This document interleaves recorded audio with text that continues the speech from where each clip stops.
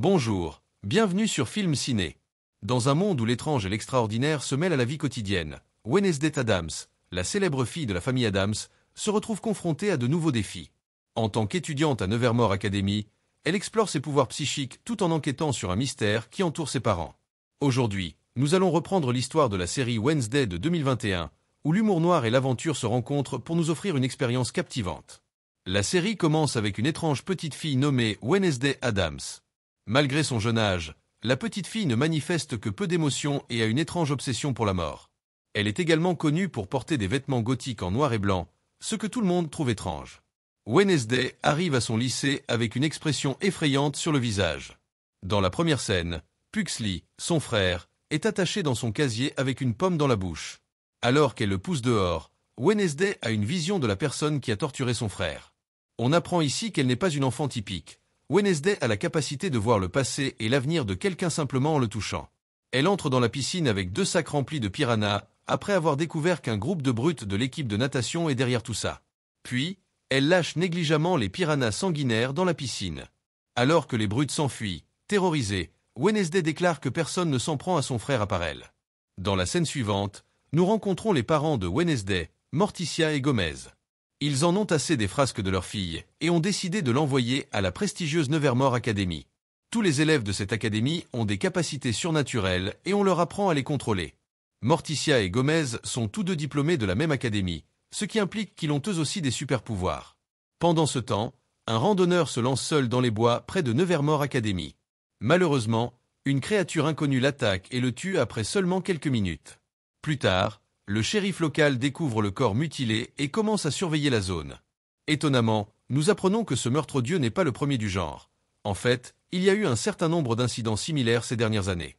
Wednesday arrive ensuite à l'académie et rencontre la directrice Larissa Wim, qui dirige Nevermore avec aisance. Elle lui présente sa colocataire, Enid, une louve-garou qui est, à tous égards, l'exact opposé de Wednesday. Enid est une fille décontractée avec des décorations aux couleurs vives de son côté de la pièce. Alors que Wednesday est obsédée par tout ce qui est noir et gothique, Enid emmène Wednesday faire le tour de l'académie, lui indiquant les 4 principaux groupes scolaires, les Fangs, les Furs, les Stoners et les Skalls. Les Fangs sont des vampires, les Furs sont des loups-garous, les Stoners sont des gorgones avec des serpents sur la tête et les Skalls sont des sirènes manipulatrices. Enid lui montre également la fille la plus populaire de l'école, Bianca Barclay, une sirène époustouflante, et son ex-petit ami, Xavier Thorpe, un artiste de la mort capable de donner vie à ses dessins. Pendant ce temps, alors que la famille Addams s'éloigne, Gomez libère la chose, une main vivante coupée. La chose est chargée de garder un œil sur leur fille. Wednesday se rend à un cours d'escrime le lendemain, où elle se mesure à la redoutable Bianca. Après quelques échanges, les filles se retrouvent à égalité de points et décident d'enlever leur masque et de se battre jusqu'à ce que l'une d'elles fasse couler du sang en premier. Une bataille brutale s'ensuit, les 2 filles se battant à pas égales. Cependant, à la fin, Bianca triomphe lorsqu'elle se coupe légèrement la joue. Plus tard, alors que Wednesday sort de l'infirmerie après avoir été bannie, elle est presque écrasée à mort par une gargouille en pierre qui lui tombe dessus. Heureusement, Xavier, l'artiste de la mort, arrive juste à temps et la pousse hors du chemin. Wednesday retourne dans sa chambre peu de temps après, mais elle soupçonne que quelqu'un la surveille. En conséquence, elle fouille la pièce et finit par trouver la main de la chose. Réalisant que c'est la faute de ses parents, Wednesday menace la main de lui être fidèle, sinon elle l'enfermera dans un tiroir. La chose, terrifiée, jure d'être fidèle. Elle est obligée d'assister à des séances de thérapie obligatoires à la suite de sa farce avec le piranha. La directrice Larissa l'emmène à sa séance de thérapie à Jericho, une petite ville à l'extérieur de Nevermore. Elle rencontre son thérapeute mais ne discute de rien. Wednesday, de son côté, a un autre plan. Elle s'excuse pour aller aux toilettes avant de s'enfuir par la fenêtre. Elle tombe accidentellement sur un homme dehors et a une vision dans laquelle elle assiste à la mort de l'homme. Terrifiée, Wednesday se rend dans un café voisin, où elle rencontre Tyler, le fils du shérif et un barista. Tyler a des problèmes mécaniques avec sa machine à expresso, car les instructions sont inexplicablement en italien. Heureusement, Wednesday sait lire l'italien. Elle répare rapidement l'appareil et demande à être conduite à l'arrêt de bus le plus proche. Avant que Tyler ne puisse répondre, un trio de brutes déguisés en pèlerins prennent d'assaut le magasin et la provoquent. Wednesday essaie de les ignorer, mais quand elle en a assez, elle riposte et les bête facilement. La directrice Larissa arrive au magasin avec le shérif après un certain temps et remarque le carnage.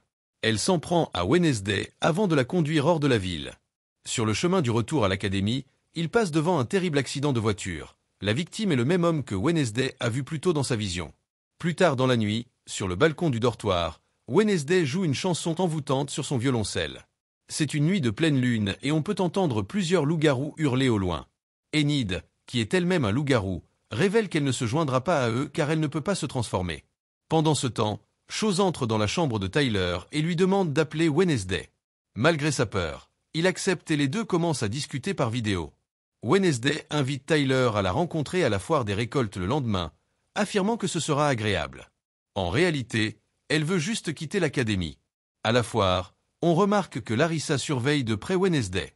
Malgré cela, l'adolescente gothique parvient à rattraper Tyler. Les deux sont presque sortis de là lorsque Wednesday rencontre l'un de ses camarades de classe, Rowan. Il s'enfuit dans les bois, et elle a une vision dans laquelle Rowan a été brutalement mutilé à mort par quelqu'un depuis qu'elle a touché. Terrifiée, elle change d'avis et le poursuit pour l'informer de la nouvelle. Rowan utilise sa capacité de télékinésie pour la clouer en haut d'un arbre avant qu'elle ne puisse dire quoi que ce soit. Il révèle alors que 25 ans auparavant, sa mère, une puissante voyante, avait prédit que Wednesday détruirait l'Académie Nevermore. En conséquence, Rowan pense qu'il doit la tuer avant que quelque chose de mal n'arrive. Il commence alors à l'étrangler par télékinésie, mais un monstre massif surgit soudainement, déchire Rowan et disparaît dans les airs. Wednesday se tient debout au-dessus de son corps mutilé, regardant le prétendu dessin fait par sa mère. Peu après, les policiers dirigés par le shérif commencent à chercher le corps de Rowan, mais sans succès. Le shérif, comme prévu, ne croit pas à l'affirmation de Wednesday selon laquelle un monstre aurait attaqué Rowan et suppose qu'il s'agissait d'un étudiant de Nevermore. Un officier interrompt leur conversation et nous voyons Rowan, qui est toujours en vie. Wednesday entre dans sa chambre et découvre sa colocataire, Enid, préoccupée par la compétition de la Poke-Up, un jeu annuel de bateaux à moteur. Plus tard, elle tente de parler à Rowan, mais la directrice Larissa l'informe qu'il a été expulsé pour des raisons qu'elle ne peut pas divulguer. Wednesday revient donc au plan B et demande à Ting de garder un œil sur Rowan. La scène se déplace ensuite vers Rowan, qui est arrivé à la gare, suivi de près par la chose.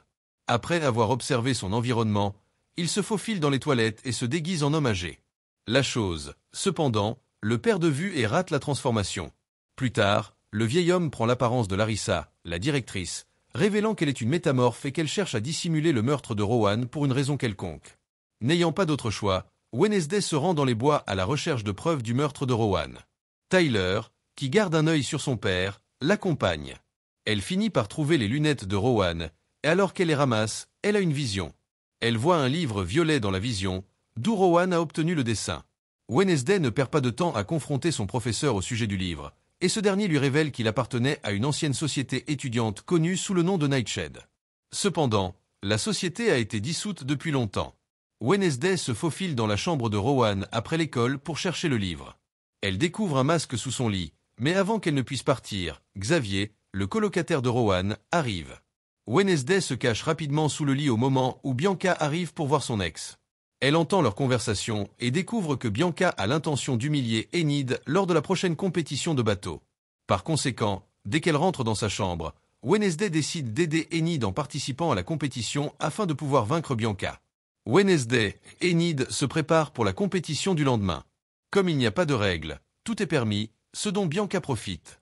Le jeu consiste en 4 équipes qui rament avec leur bateau jusqu'à une destination et reviennent. Le gagnant est la première équipe à franchir la ligne d'arrivée sans être éliminée dans le lac. Alors que la compétition commence, Bianca taquine une de ses amies en lui reprochant de saboter les autres bateaux. L'amie, qui s'avère être une sirène, plonge dans le lac et détruit l'un des bateaux, éliminant ainsi l'équipe. Heureusement, Wednesday et Enid sont préparés, et avec l'aide de la chose, ils parviennent à capturer la sirène. Wednesday, en revanche, a une vision différente pendant la compétition. Cette fois, elle voit une version blonde d'elle-même, qui l'informe qu'elle est la clé. Wednesday reprend connaissance et découvre que l'équipe de Bianca a pris la tête de la course. Elle et Enid, refusant d'abandonner, décident de jouer la carte de la déloyauté. Elles utilisent les coups bas de Bianca contre elle et finissent par remporter la compétition. Pour la première fois depuis 4 décennies, une équipe non sirène a remporté la prestigieuse compétition. Plus tard, la directrice Larissa rend hommage à l'équipe gagnante en remettant à Enid le trophée de la Coupe Po. Wednesday, cependant, est submergée par l'attention et cherche refuge auprès d'une statue d'Edgar Allan Poe, un ancien élève de l'Académie Nevermore. Elle remarque un symbole sous le livre de pierre qu'il tient dans ses mains. C'est le même symbole que Rowan avait gravé sur le tableau qu'il lui avait donné avant d'être mutilé à mort. Wednesday résout rapidement une série d'énigmes gravées dans le livre et découvre un indice, claquer 2 fois. Lorsqu'elle claque 2 fois, un couloir secret s'ouvre soudainement, révélant une chambre cachée. Wednesday localise avec succès le livre de Rowan, duquel il a arraché l'image. Elle fourre le livre dans son sac à dos, mais avant qu'elle ne puisse aller plus loin, un sac noir est enfoncé sur sa tête. Lorsque le sac est retiré, elle est entourée de Bianca, Xavier et quelques autres étudiants. Bien que le groupe ait été dissous auparavant, la directrice Larissa l'a secrètement rétabli. Xavier invite Wednesday à rejoindre leur groupe. Dans la scène suivante, la directrice Larissa annonce la journée annuelle de sensibilisation, au cours de laquelle les étudiants de Nevermore devront interagir avec des gens normaux, également appelés normies, en travaillant à leur côté dans leurs entreprises. Wednesday informe Xavier que son colocataire a peut-être été assassiné. Une fois arrivé en ville, Xavier insiste sur le fait que Rowan n'est pas mort, expliquant qu'il a seulement été expulsé. Malgré cela, Wednesday lui montre le dessin fait par la mère de Rowan. Xavier l'examine de près et découvre que l'homme sur la photo est le. Wednesday décide de se porter volontaire à Pilgrim World, le lieu où l'histoire de Jericho est conservée. Eugène, un jeune garçon avec qui elle s'est liée d'amitié au club d'apiculture, la rencontre là-bas. Les deux commencent à discuter tout de suite et commencent à observer leur environnement. Mademoiselle Arlene, la gardienne de Pilgrim World, s'approche des étudiants peu de temps après, leur fait visiter et leur parle de certains des biens les plus précieux de Joseph Craxton. Wednesday se renseigne davantage sur les objets et découvre qu'ils contiennent des outils agricoles originaux, de la vaisselle et même le pot de chambre familial. Elle veut y travailler, mais ne peut pas le faire en raison de rénovation. Au lieu de cela, ils travailleront tous dans l'ancienne fabrique de fudge, distribuant du fudge et des gâteaux aux touristes locaux. Plus tard, Wednesday se faufile dans la chambre de la famille Craxton avec l'aide d'Eugène. Elle découvre une peinture de l'ancienne maison de réunion qui représente la jeune fille de sa vision. Peu de temps après, elle trouve le livre que la jeune fille portait, mais lorsque Wednesday remarque que les pages sont vierges, elle soupçonne qu'il s'agit d'un faux. Arlene, la gardienne, arrive et la surprend. Lorsque Wednesday s'enquiert du livre original, Arlene admet à contre-cœur qu'il ne s'agissait pas d'un livre original. Tyler et Wednesday se retrouvent plus tard au café. Tyler révèle que ce qui reste de la maison de réunion d'origine se trouve dans les bois. Lorsque Wednesday s'enquiert de la maison de Joseph Craxton, Tyler explique qu'il s'agit essentiellement d'une ruine et que les drogués l'utilisent comme refuge. Wednesday et Ting se précipitent dans les bois à la recherche de la maison de Joseph Craxton. Lorsqu'ils le trouvent, ils tombent sur un sans-abri, mais Ting l'étrangle et l'effraie. Soudain, Wednesday a une vision et voyage 400 ans dans le passé. Cette fois, nous voyons la fille blonde de sa vision précédente. Les villageois encerclent la fille, la qualifiant de progéniture du diable. Peu après, Joseph Craxton émerge de la foule et l'appelle Goody Adams. Il l'accuse de sorcellerie et la condamne à mort dans une grange avec d'autres accusés, dont sa mère. Goody, à son tour, les accuse d'avoir volé leurs terres, massacré des innocents et détruit leur esprit pacifique. Enragé, Joseph la fixe du regard pendant un moment avant de mettre le feu à la grange. Goody essaie de libérer sa mère, mais ses efforts sont vains. Finalement, quand il n'y a plus d'espoir, elle s'échappe par une trappe. Pendant ce temps, Wednesday observe tout depuis l'intérieur de la grange. L'esprit de Goody s'approche d'elle et déclare que Joseph n'arrêtera pas sa croisade tant qu'il ne les aura pas tous tués. Wednesday se réveille de sa vision et raconte tout à Ting. Ils sont surpris de voir le même monstre qui a tué Rowan se cacher derrière eux. Wednesday le poursuit sous la pluie, mais est incapable de le suivre. En conséquence, elle suit les empreintes de pas, qui commencent étrangement à ressembler à des empreintes de pas humaines. Cela révèle la véritable identité du monstre en tant qu'humain. Elle rencontre alors Xavier et lui raconte ce dont elle a été témoin. Il veut examiner les traces, mais la pluie les a effacées. Le lendemain, tout le monde se rassemble sur la place de la ville pour l'inauguration d'une nouvelle statue en l'honneur de Joseph Craxton. Pendant que le maire et Larissa annoncent la statue, Wednesday joue une version instrumentale de Don't Stop de Fleetwood Mac avec la fanfare de Jericho. Cependant, le désastre survient lorsque Ting, conformément aux ordres de Wednesday, met le feu à la statue. Alors que d'autres fuient, terrifiés, les yeux de Wednesday brillent de vengeance alors qu'elle continue à jouer du violoncelle avec intensité. Plus tard, la directrice Larissa réprimande Wednesday, la soupçonnant d'être responsable de l'incident. Cependant, l'adolescente nie tout acte répréhensible et confronte Larissa pour avoir refusé de reconnaître les vérités racistes et sanglantes sur lesquelles Jericho a été construit. Cette nuit-là, le monstre attaque le sans-abri de Pluto et sa caméra commence à enregistrer l'incident. Le shérif et son équipe arrivent dans les ruines de la forêt et découvrent le sans-abri mort. Il trouve des images sur sa caméra qui pourraient révéler l'identité de l'auteur. Après avoir développé les photos, le shérif examine le visage du tueur, qui ressemble à un monstre sorti d'un cauchemar. Pendant ce temps, Wednesday et Ting s'arrêtent au bureau du coroner de Jericho. Wednesday espère examiner plus en détail le corps du sans-abri pour trouver des indices qui pourraient changer sa vie. Elle prend des notes minutieuses en examinant le cadavre. Lorsque le shérif et le coroner apparaissent à l'improviste dans le bureau, Wednesday s'enfuit. Le shérif et le coroner discutent de l'affaire, et le coroner lui montre le pied sectionné du sans-abri, auquel il manque 2 orteils. Après le départ du shérif, le coroner remarque qu'une des portes de l'étagère mortuaire est entr'ouverte.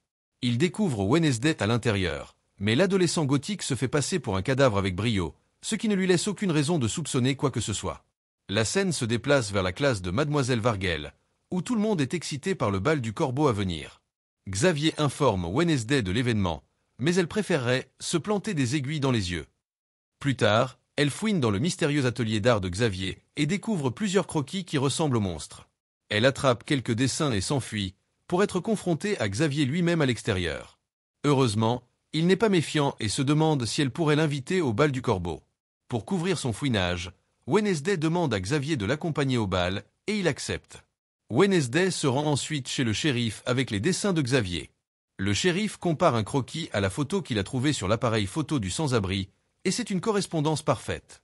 Le shérif accepte à contre-cœur de collaborer avec elle si elle apporte des preuves substantielles. Cependant, Wednesday commence à soupçonner Xavier, car il a la capacité de donner vie aux œuvres d'art. Pendant ce temps, Enid rencontre Lucas, le fils du maire et un tyran, dans un café. Lucas l'invite au Raven, et elle accepte avec joie. Au même moment, Wednesday rencontre Tyler, qui lui porte un intérêt romantique et souhaite l'accompagner au bal. Cependant, Wednesday affirme qu'elle doit donner la priorité à la souffrance de ses sentiments. Elle rejoint ensuite Eugène au club d'apiculture, où Eugène reconnaît la grotte d'après les croquis. Il l'emmène dans une grotte voisine qu'il a découverte en faisant des recherches sur les abeilles, et il trouve une griffe logée dans la paroi de la grotte. Wednesday retourne au studio d'art de Xavier, à la recherche de preuves ADN qui correspondent à la griffe. Elle découvre un chiffon ensanglanté et le fourre dans son sac, mais Xavier la prend en flagrant délit. Il réalise qu'elle avait des arrière-pensées en l'invitant au bal. Wednesday se demande s'il est le monstre, mais Xavier explique que la créature hante ses rêves depuis un certain temps, alors il a dessiné. Malheureusement, la bête s'est réveillée et a griffé le cou de Xavier avec ses griffes. En colère, Xavier met Wednesday dehors après avoir réalisé qu'elle l'avait trompé.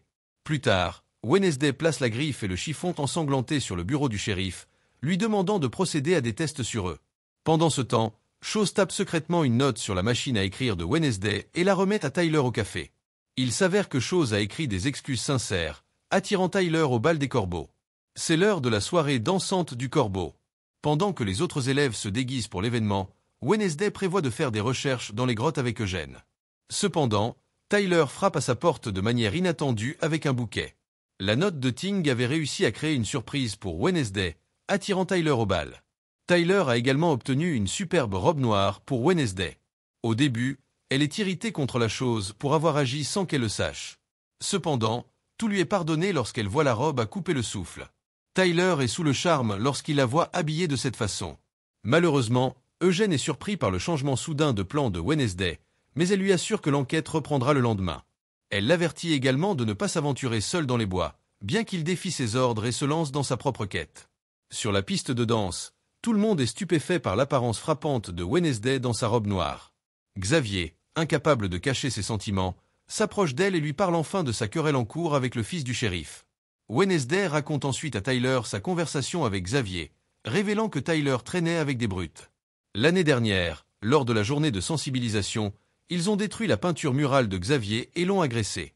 Tyler explique qu'il n'est plus cette personne, et Wednesday ne lui en veut pas, affirmant qu'elle serait allée encore plus loin. Pendant ce temps, Lucas envoie des SMS à ses amis, qui prévoient de se venger des parias qui ont brûlé la statue de Joseph Craxton. De retour au bal, Wednesday surprend tout le monde en exécutant ses mouvements de danse gothique uniques. Pendant ce temps, Eugène est retourné dans la grotte dans les bois, où il voit quelqu'un y mettre le feu. Au bal, Lucas et sa bande déclenchent les arroseurs, aspergeant tout le monde de liquide rouge. La piste de danse se retrouve imbibée de ce qui ressemble à du sang, et le chaos s'installe alors que les gens crient et glissent sur la peinture. Au milieu de tout cela, Wednesday est frappée par une vision d'Eugène, terrifiée et en danger. Elle se dirige droit vers les bois, appelant Eugène, Mais il n'y a pas de réponse. Malheureusement, avant qu'elle ne puisse l'atteindre, Eugène est attaqué par la créature. Elle le trouve couvert de sang, à peine vivant. Miss Thornhill, la maîtresse d'école, arrive peu après et vérifie si Eugène respire encore.